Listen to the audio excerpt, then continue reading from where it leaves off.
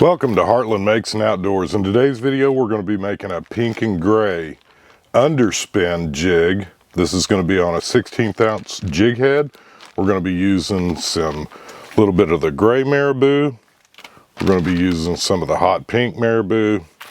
We're going to be using some of the black chenille,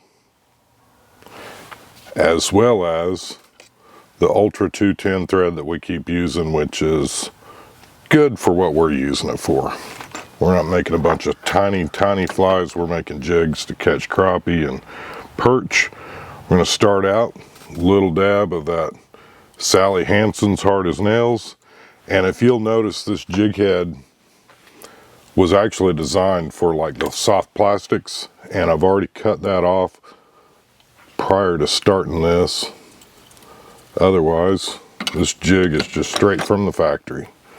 Start out with our base layer, get it put on, and then we're going to run it back up here close to where the lead hits the jig. We're going to get a little bit of this pink marabou, and I want it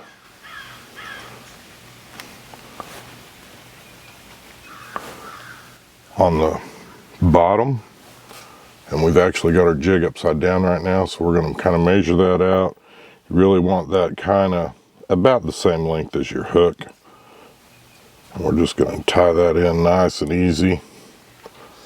And it's going to try to twist around. That's okay if it does. Cut off this excess back here. We're going to run our thread back up. We're going to get a little piece of the gray marabou. And you don't need much, because all we're doing is just trying to add a little color. And I want this to actually be on the top, which would be kind of closer in nature. Your darker colors are going to be up at the top or the back of your minnow or whatever it is. And you see how we're just kind of pulling that over here to where it's kind of lined up about the same as the pink. We'll start tying that in. And then get that, it's kind of wrapped around. Cut that. Next up, we're going to just use one little tiny piece of this flash, and this is kind of a yellow flash. And I don't know if it's yellow or green, but it really pops nicely with these colors. Put that in there. Just kind of get it started. And as you can see, it's already fallen over to that other side, which is fine. We'll bring this around on this side, tie it in. I didn't want that to happen, but sometimes it does.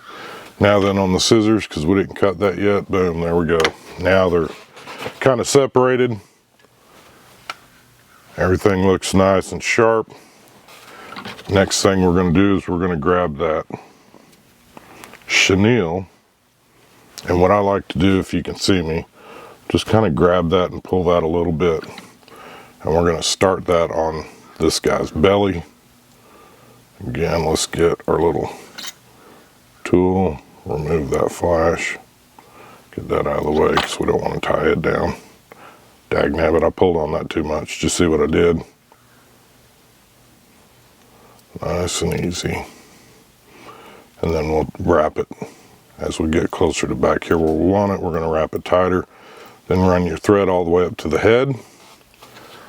And guys, if you're new to the rotary vices, what I've found, since I'm right-handed and I'm wrapping the thread over handed, if you will turn this counterclockwise, it will make your life a lot easier. Because that way, when you get ready to tie it down, you're going the right direction. Again, if you see what I'm doing, we're locking that in. 3 wraps, 1 wrap around the head. Put this up so that we don't clip our string. Clip that excess off. Make it real tight. And as you can see, guys, we're almost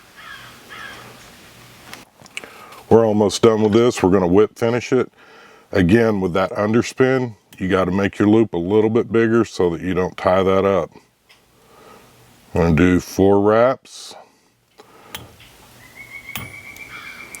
We'll do 4 more just for good measure.